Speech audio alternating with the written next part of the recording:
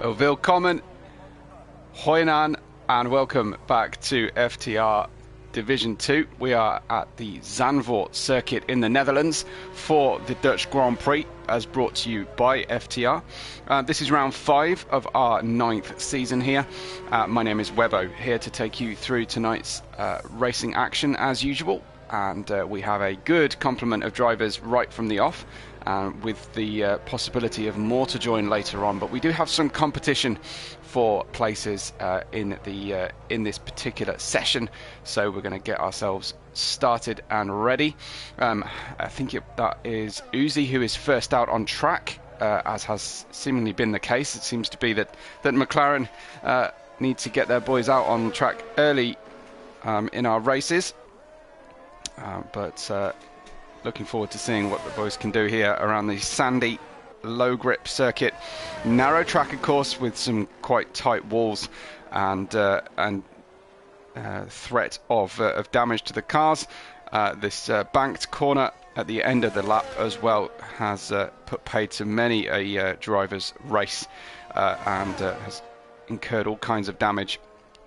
Uzi about to start his first flying lap, so let's join him on board as we head down towards the Tarzan corner, turn 1. You can go side by side through here, and the better grip is on the outside edge of the circuit. Unfortunately, not at this stage of qualifying. Uzi finding that the rear of the McLaren looking a little bit loose on the difficult surface. We've got Razor on track as well, and he's just dealt with turns 2 and 3. He's into turn 4, which is the Hugenholtz wall of death style corner. Now it's flat out all the way to the highest point of the circuit and back down again before turning right into Schivlak, turn 8, then through towards turn 9. Difficult corner to get just right before trail braking the car into the apex, into the Renault box, turn 10. And next we have the turn 11 hairpin of Vodafone, taking quite low speed, but you need to get a good exit because that's another flat out section here before heading all the way down to the Audi S here of turns 12 and 13. The chicane, we have seen drivers attempt overtakes through there. Kumho, Vogt, named after the tyre supplier, of course, in 14th, and then the Ari Luyendijk corner of the final corner, turn 15. It's a very quick lap for F1 cars. It's a 1:12.683 for Razor first on track. We know Uzi's had a problem. It looks like Top Gun has registered a 1:13.5, which is very nice indeed. 0-2 in the Ferrari. Just has a few yards left to run. 4 meters, I suppose I should say. And he gets a 1:13.0 on his first flying lap. Where is Chums in the Aston Martin? He goes towards this one. We just point of housekeeping as always. We do have load shedding. We do have drivers joining during the qualifying hours, especially after the hour, I think 8 p.m. local time. So the likelihood of me getting kicked out of the session is still with us. We did only manage to run just 2 streams last week, so hopefully we'll be okay.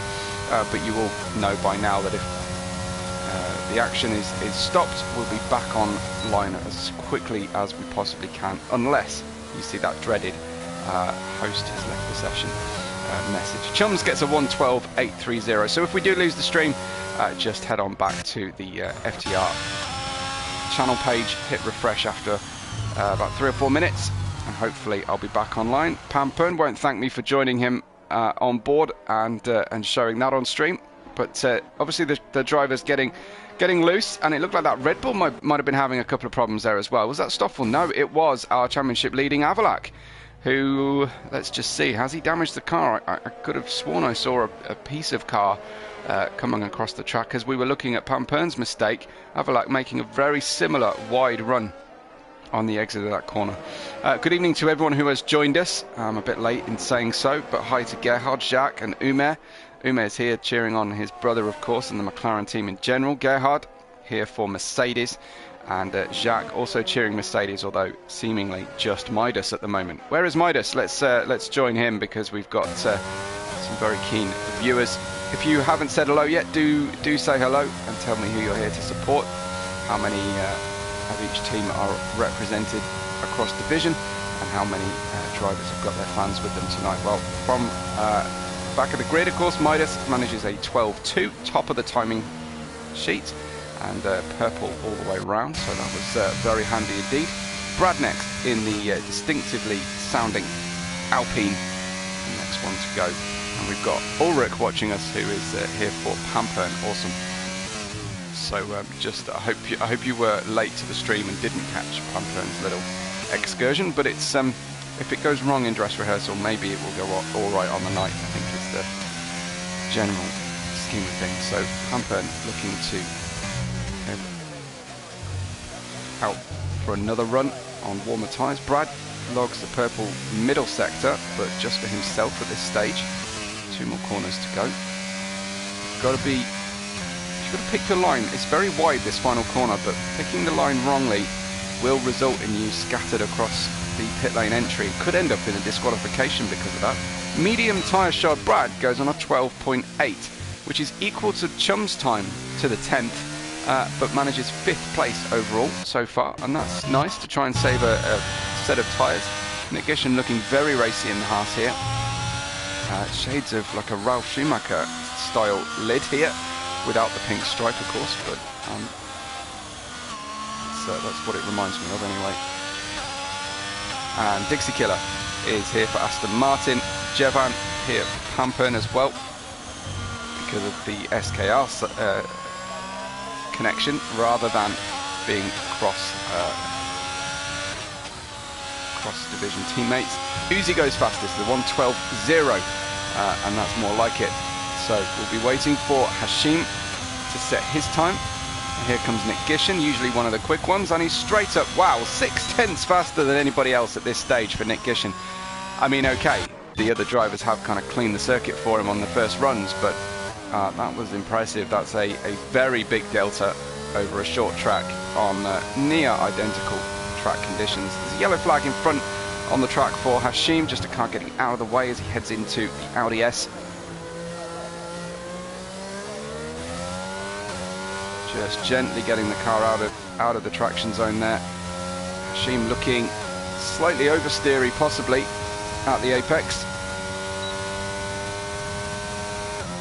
And he goes to the line for McLaren, and he gets right up there with his teammate, an 11.6. So again, very, very quick for Hashim, and we haven't had 2 McLarens performing brilliantly at the same time yet this season. McLaren have been doing very well indeed individually. They've had 3 different drivers drive for them, of course, so far, but never at the same time. So this could be very interesting indeed. Jacques is 10th on a 12.9. We've got Arno in the sister Haas to Nick Gishen's leading time at the moment. Let's see how Arno manages to navigate this twisty circuit. Gerhard says, nice to see a full lobby. Absolutely. And several drivers have been able to join us. Well, 2 drivers have joined us since we started this session, and we may even get ourselves some more after the hour mark. And Umer says, yeah, this is the first time that both Hamza or Hashim and Uzi have raced together at the same track in the season. It's cool. Umer, you can give us an update on Premier Division if you like. How did that go yesterday? Arno heads down towards the Audi S. Big amount of apex, but the car did bounce a little bit following that. It looked to be a little bit slow coming off the Audi S. Had to be a little bit tentative, wait for the car suspension geometry to catch up with the impact. He went through. Yellow flag again, staying low is Arno after the corner, rubs the wall even, and gets a 13.3 this time, but only on the medium tyres. I'm not sure that is going to be safe for our Q1. He'll need to go a little bit quicker. The fastest time though, still with Nick Gishen, and at 11.4. I imagine many of the top 4 or 5 will retire, and Nick does just that right now. Avalak has rejoined, it seems, having been missing for a moment or 2. He's down his 17th. He currently leads our championship. I'll talk you through that at the start of Q2, I think. Might be more sensible while we concentrate on the track action here. Looks like Super D a little bit slow through the penultimate corner, turn 14. I think that he's just draining the battery only now, so this is a proper attempt now, but he did log a 1:15.8, so he's got a banker in there, just preparation lap on the soft tyres. Nick Gisham fastest, 1:11.461 from Hashim at 1:11.6, who also retires. Shakes at 1:11.9 has split the McLarens now. So some good competitive times all the way down to 16th.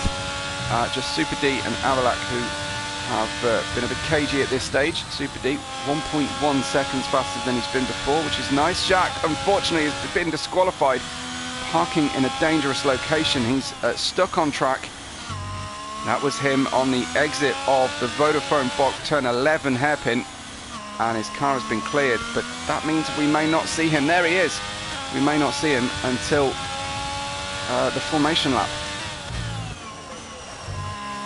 Far from ideal for Jacques, but it means there is one fewer driver to compete for the top 15 that go through to Q2.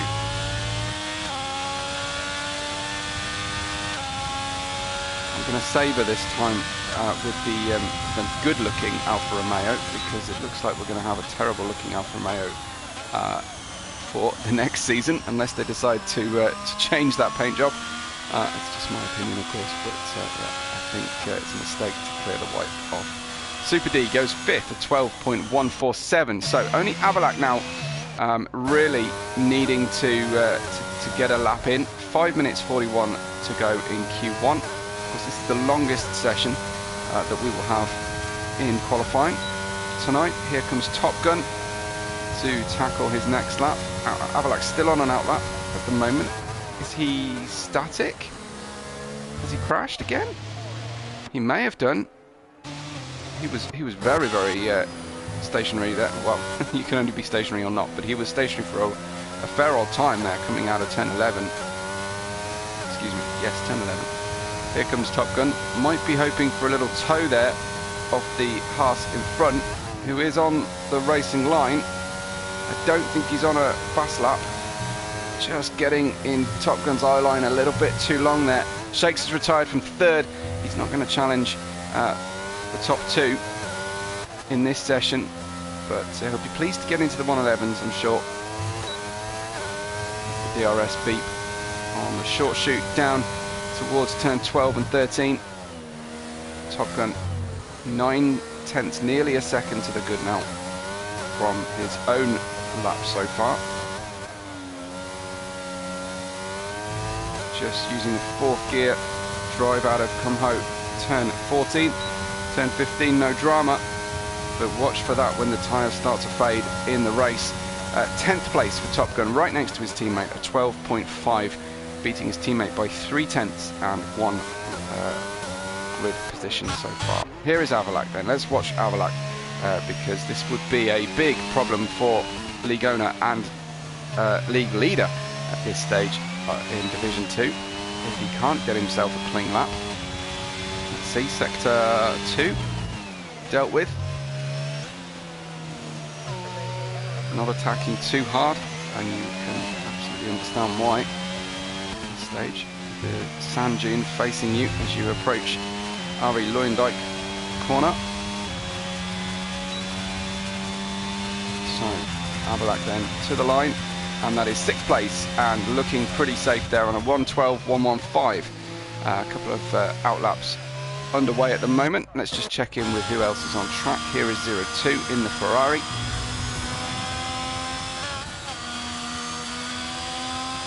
Through the Shiblack and turn 9, now into turn 10, the Renault Vogt.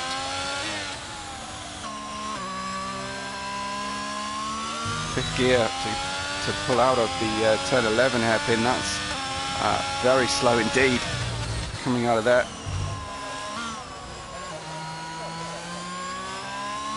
But a good reaction over the curbs out of the Ferrari. Another short shift. Settle the car, don't get on that grass on the inside, and straight into the pits. So no tension there at all from 02. Brad's got into P3. next to former teammate, and I think brother, Shakes.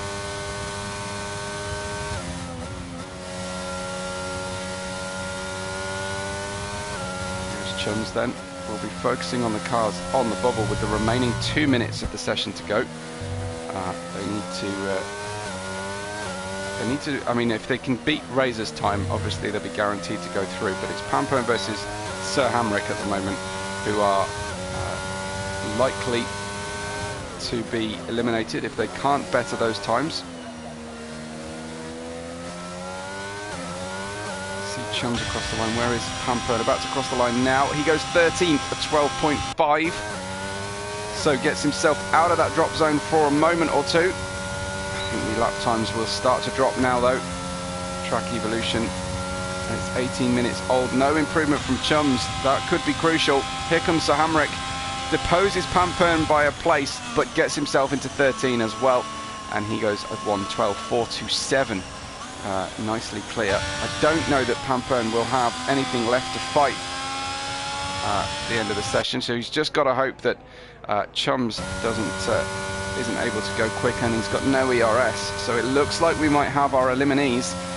They would be Razor, Chums and Jacques Slater, I think, at this stage. Chums unable to better his time on his final run.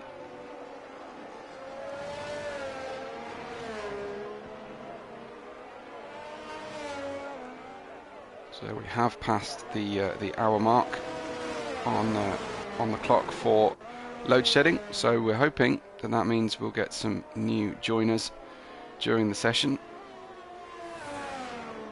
Coming to a complete halt is Chums, getting out of other drivers' way, which is great. Here is Sir Hamrick.